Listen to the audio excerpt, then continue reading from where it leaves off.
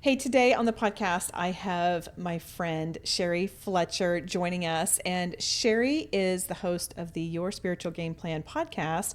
And her life took a pivot when her daughter passed away unexpectedly. So today we're going to be talking about her daughter Annie, and we're going to get to learn a little bit about Annie and then some of the things that Cheri learned in terms of communication with others and how to help others communicate with people who have lost loved ones. So, Cheri, I'm so thrilled that you are here on the Grace Health podcast. Oh, I am honored to be here, and it's just so much fun to be with you again. I always love my time with you, so thank you.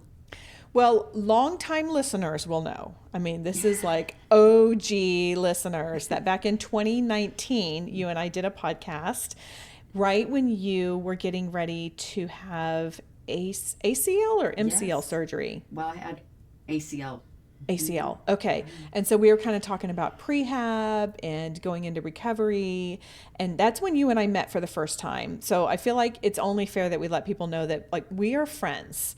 But what's crazy about this is we met in November 2019 and we have not seen each other since then. However, through the gift of technology Yes. and Marco Polo, shout out to Marco Polo. Yes. I mean, we talk a lot. You are a good friend. And it's funny, whenever I talk to my husband about you, I'm like, well, my friend Cheri Fletcher.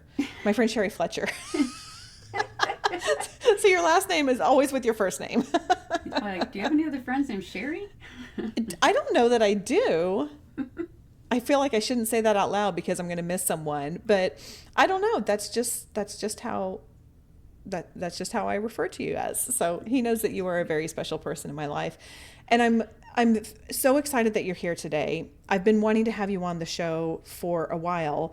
And it's kind of weird circumstances, right? That you're here. So we'll get into that in a second, but I first, and people who heard the beginning of this probably know where we're going with this, but you have 3 children, and your oldest, Annie, was a singer-songwriter. She had a huge heart for people. She lived in the Nashville area.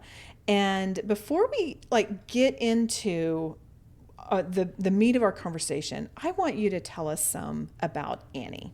Well, everyone loves to talk about their children. Yes.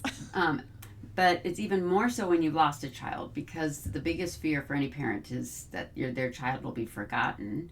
And my husband's doctor said it so perfectly. He lost a brother, and he said, I never thought about my brother every single day until he passed away.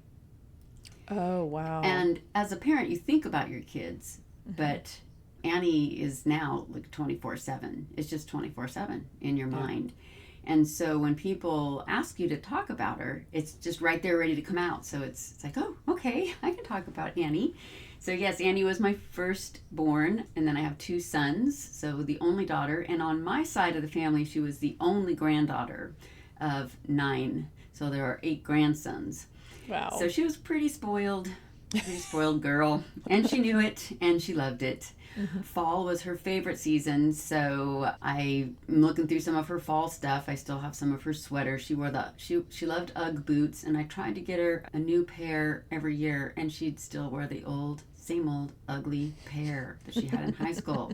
When I tell her, here's some new ones, and she's like, yeah, I just love my old ones. And so now I have those old ones, but every year her Ugg boots would come out in the fall. But she loved the holiday seasons. But yes, she was a singer-songwriter. She also had her master's in social work. And she, at the age 12, told us she would be moving to Nashville. That was her dream. And at age 14, she wanted to have a MySpace account. And of course, that freaked me out. So we had the computer in the kitchen. I said, well, I have to have your password, and I have to know every friend you have on here. Well, one day she asked if she could accept a friend request from a girl named Jordan Mallory. I guess an algorithm put them together. And I'm not sure where Jordan was living at that time, but it was not Nashville, and she was a teenager as well. And they just started talking about their dreams of being in Nashville, and they carried that on into Facebook. They carried that on through high school, through college. In 2019, Annie moved to Nashville, and so did Jordan. And they became friends. And in fact, a song that Annie wrote and we produced after she passed away, Jordan Mallory sang on it. So that's pretty cool, full circle moment. But Annie got her master's, and she applied for a job, and got a hit from, of all places, the company her dad works for. And she called and was like, should I tell them, who I am? And and we're like, well, it's on your resume. They didn't say anything, so just, go for it. So she got the job, and about 3 months into the job, her boss came in and said, did you want to tell me something? It just happened to be their dad's the president of the company. She said, no, I wanted this job on my own. So she worked as a social worker for a while until she was able to get out on her own in photography and singing and songwriting. And she just loved people. She loved to connect people. She would donate her photography to just get people's social networking up, and to just, anytime there's an opportunity to help someone in the singer-songwriter world, she was all in. And she loved to dance. Yeah, actually, I have seen those videos that you have shared, and she's adorable. I mean, you can tell that she was just a fun, dare I say, maybe Spitfire. Okay, so you talked about this briefly, and just to kind of bring everyone up to speed, Annie died unexpectedly in August of 2023 from undiagnosed colon cancer, and it was a very quick turnaround from going to the ER from coughing up blood to passing away. I mean, just within a couple weeks? 13 days. 13 days, yeah. And I don't want to gloss over the pain and the hardness of that story, but I have a lot we want to talk about. So if you want to hear more, go over to the Your Spiritual Game Plan podcast, and it's episode 236, and you can learn more there. So we will link to that in the show notes, and I invite people who want to learn a little bit more about that. So here's the part where I ask the questions that are a little bit harder. How did this, I mean, I have always known you, Cheri, to be so faithful and to have so much trust in God. I can only imagine how that would rock my faith. I can only speak for me. So I'm wondering what that did with your faith. Yeah. I've had people ask, about being mad at God, and I can honestly say I have not been mad at God. I've always been a justice person, and I used to tell kids when I taught youth ministries, one of the reasons this world is not at peace is because we keep convicting the wrong person. And even though someone does get convicted for a crime, if the person that was violated knows that it was not the person, they're not going to have peace. And so I always believe convicting God of all of the tragic things that happen on this earth, we've got the wrong person. Yeah. And I give my anger to God, and I turn it towards Satan. Mm-hmm. And of course you pray and you pray and you pray all those nights in the hospital. And part of me, well, all of me, to be honest, believed I was going to get the miracle because we didn't know it was cancer. Sure. They kept thinking she had pulmonary hypertension, and we were going to get this fixed. We were going to get this solved. And I mean, I would put my hands on her lungs and pray and pray and pray. And I was like, we're going to have an amazing miracle story. And Annie, this is going to be a great song. And so your mind just, you're so numb and so just completely in shock that even the words wide didn't even come out at first. You're just kind of like, what just happened? Mm-hmm. You're trying to find answers as to what did I miss? What did we not see? We didn't get the cancer diagnosis till about 2 weeks after she passed away, when they did a bunch of biopsies later. And so then you're medically trying to figure out what we missed. But the day after she passed away, my Bible app verse was Isaiah 57:1, which talks about the righteous die young. And it says, I am sparing them from evil to come. I sat there and I thought, man, how many parents pray that God spares our children from evil? We say it in the Lord's Prayer, but do we really mean that? Like, does it mean, Lord, spare me, spare this evil, take this cup from me, deliver us from evil, deliver us. We say that, but do we tell God how that has to be done? Yeah. I don't have answers, and I just had to trust that, okay, maybe there's a whole lot more I don't know, and God doesn't want this either. Mm-hmm. In one of the blog pieces I wrote, I forced the hospital to admit her. Mm-hmm. She did not want to be admitted. They tried to discharge her, and they met the doctor, my doctor who I was texting with said to me, it's time they meet Cheri Fletcher. And they met Cheri Fletcher. Annie was furious at age 29 that I would intervene and tell a doctor, I'm not sending her home. I will call 911 right now. And she was so mad at me that when we got her to her room, she told me to get the blankety blank out of her room. She said, are you happy now, Mom? And I said, no, I'm not happy now. I said, but this is where you need to be. And she said, well, then you can get the blankety blank out of my room. And I kissed her on the forehead and I said, okay, I'll see you in the morning. And of course, by morning, she realized how bad it was. And she said, Mom, I'm so sorry. She, she's just a Spitfire, like you said. And a few months after Annie passed away, and people were saying things about being God's will and God's will here and there. And I thought, you know what? God brought that memory back to me of Annie saying, are you happy now? Because at that time, I needed her to be in that. I needed them to admit her. But that was not my will. Yeah. But I needed them to admit her. It was my will that she be safe. It was my will that she be there at that time. That was the best scenario at that time. It was not my will. And how many people, when they say, God, thy will be done, and God says, okay, but this is the best place right now. And they say, then God, get the blankety blank out of my life. Yeah. Oh, yeah. And God says, okay, I understand. But he'll kiss us on the forehead and he'll say, okay, I'll see you in the morning. He's not going to leave because he has a bigger picture in mind. Just like I knew there's a bigger thing here than my daughter understands. And I just hold on to that. I just hold on to that faith that when I get to heaven, there's a verse in Psalms that says, when we see him, we will be satisfied. And I think our human mind feels that we deserve answers and that we're going to get in this line and ask Jesus all these questions. But it says when we see his face, we will be satisfied. And I just know when I see heaven and I see Annie and I see Jesus, I'm going to be like, oh, okay, I get it. I feel like God gave you such a spirit of wisdom with that story and pulling all of that together, because how also where my mind was going was, how many times do we say, God, your will be done, with a little asterisk on it, right? And it's like, and this is the will that you need to have.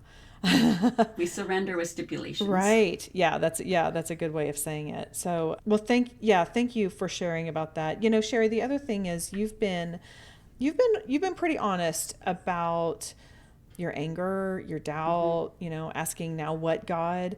Talk to us about how you have brought these very raw emotions, because a lot of us were brought up thinking like, I can't say the hard things to God. That's disrespectful. That doesn't honor him. I can't be mad at him. I can't doubt, all of that. So how did you learn to bring those into your faith? I think they're a part of my faith. Mm-hmm.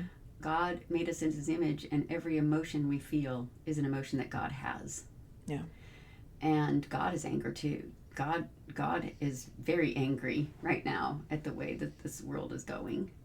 And so being angry is natural. And I get angry. Anyone that goes through this will tell you that they'll get what's called emotional ambushes. And so you can't really describe what just happened that made you angry. All of a sudden you're just angry at something.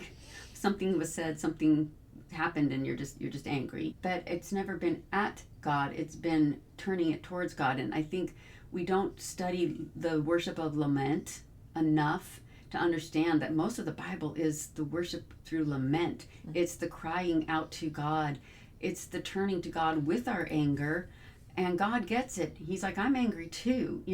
He wants us to turn to him and bring that anger to him and praise him through the pain. I sang at my daughter's funeral. I remember. And when they first asked me if I was, if that's something I would do, I was like, no.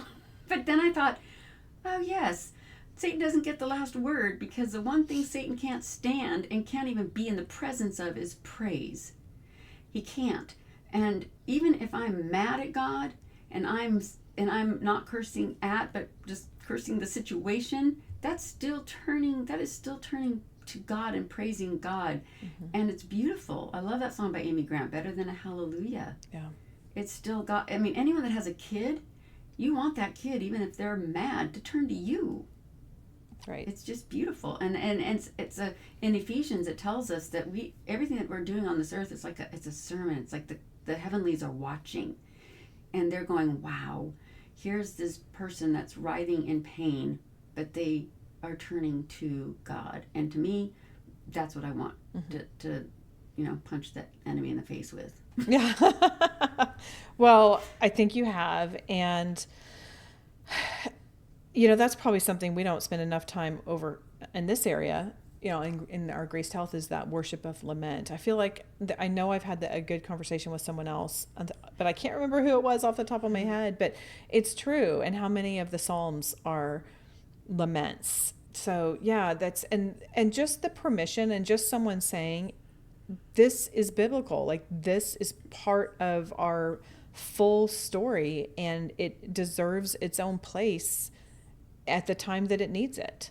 So for anyone needing, I don't want to say permission, it's not like it's your permission to give, Cheri, but just a reminder that lament is a part of our faith. There we go. Yeah, absolutely. There it is. After Annie passed, so I will say this: I have not had anyone very, like really close to me pass away yet. I will, because we're all terminal, right? But I haven't. I mean, we've had my father-in-law pass, and he and I had a fun and wonderful relationship. But I haven't lost a parent. I haven't lost a child. I haven't lost a deep, deep, deep, deep friend. But I do know this, that when someone loses someone they care about, things can get kind of strange in terms of communications. And I'm wondering, with as much as you are comfortable talking about it, how did communication change, either within your family, within friendships, within other relationships at church? Because I mean, you and I were talking a little bit ahead of time, and I'm well aware of this. People will see, like, oh, there's Cheri, her Annie just died. I'm going to turn and pivot, pivot and walk away. I don't know, I don't know what to say. And so I'm just wondering if you can talk to us some about how communication changed in any relationship that you feel comfortable talking about. Yeah. Grief I don't feel that grief is well handled in this Western culture at all. We give people anywhere from 1 week, a couple days to 1 week off for grief. Right. Where, in other cultures, it's a 30-day or more time. We don't talk about it. We just clam up. Tears are uncomfortable. People want to stop them instead of just allowing them to happen. And I will admit, I was more that way prior. So this has been a humbling moment. But we're the loss that I'm going through, I think the loss of a child is one of the most horrifying losses. And people it's a terrifying loss. And so when people say to me, I can't imagine what you're going through, I believe that they actually are imagining right then what it's like to lose a child. And I think what they mean to say is, I can't even imagine this kind of pain. I can't even absorb. I can't think for 1 second. I don't even know how to think about this kind of pain, because they are imagining, what if I lost my child? Right. And it's very intimidating. I tell people, grief is like a wall, and I'm on one side and you're on the other, and different people will approach this wall different ways. There's going to be people that are very comfortable, not even knocking, just opening the door and coming right on in. You were one of those people, just right on in, and just like, how are you? Tell me about your daughter. What's going on? And they're just going to sit with you. And then there's people that'll knock on the door, but they want to stay on that side. But they'll knock and you'll talk to them, and then they don't want to come in. There's some people that will leave a gift on the door and walk away, but at least, all these different ways. People that'll look in the window and kind of wave, make sure you're okay. And then there's people that just have to keep walking. The wall is just too intimidating to approach. And so I think there needs to be an understanding that if you are a griever, that it's very scary for them. It's overwhelming to approach our pain. They're terrified to say something wrong. Right. They're scared that they'll say something to hurt us, but we are already in pain 24/7, so you're not going to say anything to make it worse. Or they'll say, well, she's not talking about it, so I'm not going to talk about it. But I'm waiting for you to talk about it. It's all this misunderstanding and this miscommunication. Also, different people, they've all lost different aspects of Annie. They've lost a cousin, they've lost a niece, they've lost a granddaughter, they've lost a friend. And how they communicate that's going to be different as well. And then as a parent, you can get into the, yeah, but she was my kid and you didn't lose a kid. You can get defensive of your loss.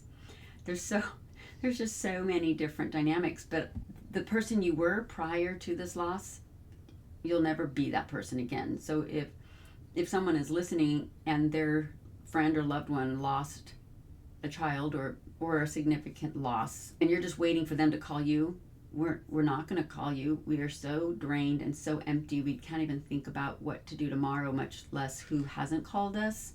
So to think, oh, I haven't heard from Amy, maybe she's waiting for me to call her. I don't even think that way.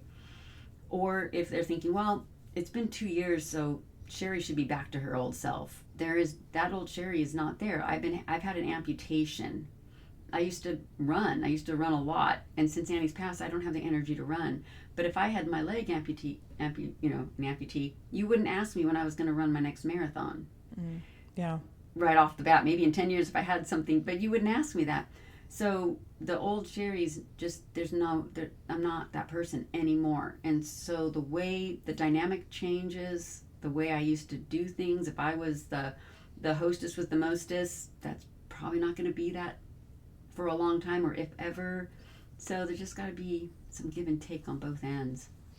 I like your analogy of losing a limb, because a part of you obviously is totally lost, and that the way you relate in the world, in everything you do, if you lose a limb, is going to be different. And that's just a great visual to give us of like, oh, okay, this is why, she's either not calling me, or she's doing something different, or she was always the person to do this and now she's not. And because a piece of you is totally missing. Yeah. And siblings, my kids, everyone wants to know how I'm doing, but no one checks on the siblings. So if you know someone out there, the siblings are called the forgotten grievers, and they just rarely get checked in on. They rarely get any comfort. Yeah. They're always like, how's your mom? Well, oh gosh. Oh, I'm so sorry that, yeah. But they are kind of forgotten. It's funny. You just don't think about that. I mean, I think about people I knew in college, and I know that there was one particular person who lost their brother, and it never occurred to me how painful it would be on him. So you painful. just think more. My kids talked every day via text. They had a text thread going. It was so precious. The other day, my oldest son texted me this random text, and at first I was like, what in the world? And then like 5 minutes later, he just said, I would have texted that to Annie. Oh, yeah. He needed a place to learn that. Yeah. I said, thank you for sharing that with me. That meant a world to me. But, he's probably like, who do I send this to? Like, I would have sent this to my sister. Right. Yeah. I thank you for giving us some of these little pro tips, for lack of a better word, like sit with the person, don't wait for their call, you're never going to be back to your old self, check in with the siblings. I also know you heard, I don't know what to say, a lot. And let me tell you, I am the first person to admit this is something I say, like, I don't know what to say, because you want to say something, but you don't want to say something to make it worse, which you've taught us, you can't. You want to say something that's either helpful or, you want to do something, but you don't know what to do. I mean, so again, I have absolutely done this, but Cheri, this is your Enneagram. Well, you're a 7, right? I'm a 7 with a really strong wing 8. Wing 8. Okay. All right. I was thinking there was either like a 3 or an 8 in there. My daughter told me I was an 8, and I kept taking the test saying, no, I'm a 7, because she was a 7. Okay. She said, Mom, you're an 8. I'm like, whatever. Okay. Well, the 8 is shining through very much here, because you were like, okay, we're going to do something about this. Yeah. Yeah. And so you created these, my thing is open, so if you're watching on YouTube, but it is Beyond I Don't Know What to Say. And these are question cards for those walking with someone they love through grief. And so there are all of the, I mean, are there 50? Okay, I was thinking there's a lot of beautiful, thick, cards for just people to ask questions. Yes. Rather than saying, I don't know what to say. So tell us some more about these cards. Well, people such as yourself would ask me great questions. And I loved that because it took the kind of the strain off me of coming up with things to talk about. But it also said, oh, they want to get to know my kid, or they want to remember my child. And I would write them down on a document, and I still do. And we were going to get together for the 1 year anniversary. And, my middle son got married 3 months after Annie passed away. And my youngest son got married exactly 1 year the year before she passed away. So they're newlyweds. And boys in general, when you want to sit down and as a family and sit down and talk, they're like, oh, you want to talk? Like what? And I had said, hey, we're going to go on this trip for the 1 year, and we're going to just have a fun time. We're going to go somewhere we've never been, new memories, but I do want to take some time to reflect on how the year has been with each one of us. And I knew that was going to make my poor daughter-in-laws go, oh my word, I'm just new to this family. And then it was going to make my sons kind of like, do we have to write down our feelings? Like what? And I thought, okay, my kids love card games. I'm going to just take these questions and put them on index cards, and we just laid them on the table, and they were just there. And when we'd sit down, we would just pull a card and answer the question. And each person's going to answer it differently. And so you would see different sides of Annie that you didn't know. And some of them are funny. What secrets can you tell now? Just little funny things. I haven't seen that one yet. Some are inspirational, like what are some of Annie's characteristics that you hope to carry on into your family, or, and each one's going to name a different one. And my boys loved it because it took the pressure. No one had to think of something. My daughter-in-laws got to learn different parts about Annie. They answered questions. It was no pressure. We would talk and laugh, and then we would get up from the table and go do something. It just broke that I don't know what to say for our family, but also for people. If you were going to call me and you're like, I've talked to Cheri for a while, I'm going to pull out one of these questions and begin a conversation. It helps you feel a little bit more confident. And it also, to me, takes the pressure off me having to come up with something to say about my daughter or what's going on in my life right now. And because as a griever, I don't want to come into your space and make it all about me and my grief.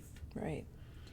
But if you ask me a question, it's very welcoming. Yeah. It sounds like you want to be invited to. I do. Yeah, to do that. And I can understand that. Yeah, I love the concept of this. And so it sounds like, to me, I feel like every household in America needs one of these, because it's either you're going through grief or you know someone who's going through it, and like keep them on hand. Well, what's cool about it is like with your father-in-law, if you guys sat down and answered these about, and your husband was answering about his dad, your sons are going to learn different things about their grandfather they never knew. Yeah. And then, my grandkids, they'll get to learn about things about their Aunt Annie that they didn't know Aunt Annie, but here's some fun things. And just comes up with different stories, and just learn different things about your loved one that you didn't even know. Yeah. Oh, I love it. Yeah, it's so great. So you've kind of guided us through, Cheri, some of the things to do to support someone who has lost a loved one. I know that you also, and you do not need to be naming names or pointing fingers, but I know that you've also experienced some things of like, that didn't land, I don't think, like you thought it would. Yes. So do you have anything that you recommend not to say to someone who's lost someone? Yes. And that's a hard one, because like you said, this isn't a place to shame. And I say if anyone takes the time to approach you, I think as the griever, please be compassionate and have grace immediately. because that person took the time to step into your pain, and that's huge. Right. But comments that aren't scriptural are not helpful. There's nowhere in the Bible that when we go to heaven, we become an angel. We're not going to be. We were not created angels, and we're not going to be angels. We're going to be ourselves. Yeah. And so when they say God needed another angel, no, God did not come and just say, well, I'm missing an angel, I'm going to go yank one of these off the earth. I mean, that's just not even. Yeah. That's not helpful. And also, if the griever isn't quite strong in their faith, that really makes it an unfair view of God, I think. Well, God has a plan. We all do know and believe that God has a plan, but my saying is God has a plan, the enemy has a plot, and I believe the loss of my daughter is the plot. I do not believe it was the plan. The plan was that God gave us his son so that I can have my child back. God gave up his child so I can have my child, but my child's sickness and death was not the original plan whatsoever, and that doesn't help me feel better. Saying those things, even if they're true, they don't eliminate my pain. So just acknowledging my pain. Yeah. Everyone wants to eliminate the pain. That's just natural. But it's the little things that we do that alleviate the pain, the little kind gestures, asking me, what can I do to let me know if you need me? I'm not. Then again, if you put responsibility on the griever, that is really unfair, because call me when you feel like talking. Let me know what I can do for you. I won't know what you can do for me, so just do it. Yeah. If you're at the dry cleaner, you see my name. This is from example from somebody doing it. They saw my name. It was close to their name. They're like, hey, I'm going to pick up her dry cleaning too. Oh. Yeah. And I reimbursed them, but they not like, hey, I saw your dry cleaning. I just picked it up. I was like, what? Like, oh, that's doing something. Yeah. Just doing something, or just calling. I have a girlfriend and that no expectation of reply is huge. Okay. She texts me every day, and I know if I don't reply every day, and I've been 3 days I haven't replied. She's not thinking about it at all. Do not tell someone to hang in there, please. Nowhere in the Bible are we told that we're hanging. God does not leave us to hang. In fact, over and over, he tells us he's holding us. So look for ways that God is holding you in there. If someone tells you, hang in there, say, you know what? I'm actually being held pretty well by friends and family. So don't tell someone to hang in there.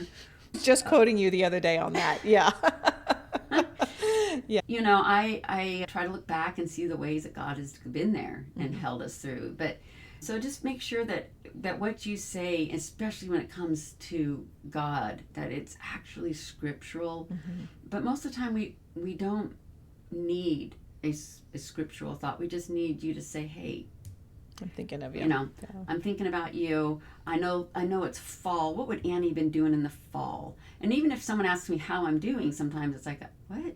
I have to stop and think of that too. So just a question about what your child or loved one would be doing this time of season. What was their favorite dessert during this type of season? Just inquiring about the person. We don't need cute cliches. Yeah, that's really good. I had a friend in college lose her mom about 2 months after we graduated. And then I think I saw her. She actually came to my wedding a week later, which I cannot believe she did. But then I saw her a couple weeks after that. And so many people had said, let me know if there's anything I can do. Let me know if there's anything I can do. A couple of the friends they would like put their hand on her arm and say, don't call me.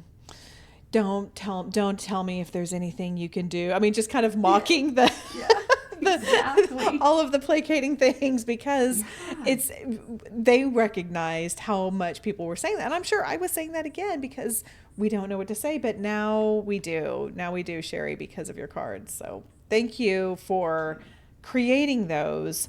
Like I said, I think that this can be helpful for anyone on either side of grief, because we're all on one side or the other. And we'll be on both sides by the time we go home. Yeah. Okay. And so I'm going to put the links to these cards in the show notes. And you've been super generous, Cheri, and have offered 10% off the cards with the code GracedHealth10. So go over to CheriFletcher.com. There's a link there to get over there. If you're interested in getting the cards, you can go to CheriFletcher.com. You'll see the link there and put in that code Graced Health 10 for 10% off.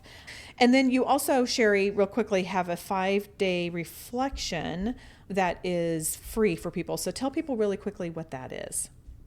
Yeah, if you subscribe to my email, which right now is not on a consistent regular, it is hit and miss. I will put that out there. But I did create a 5-day reflection guide called Comfort in the Silence.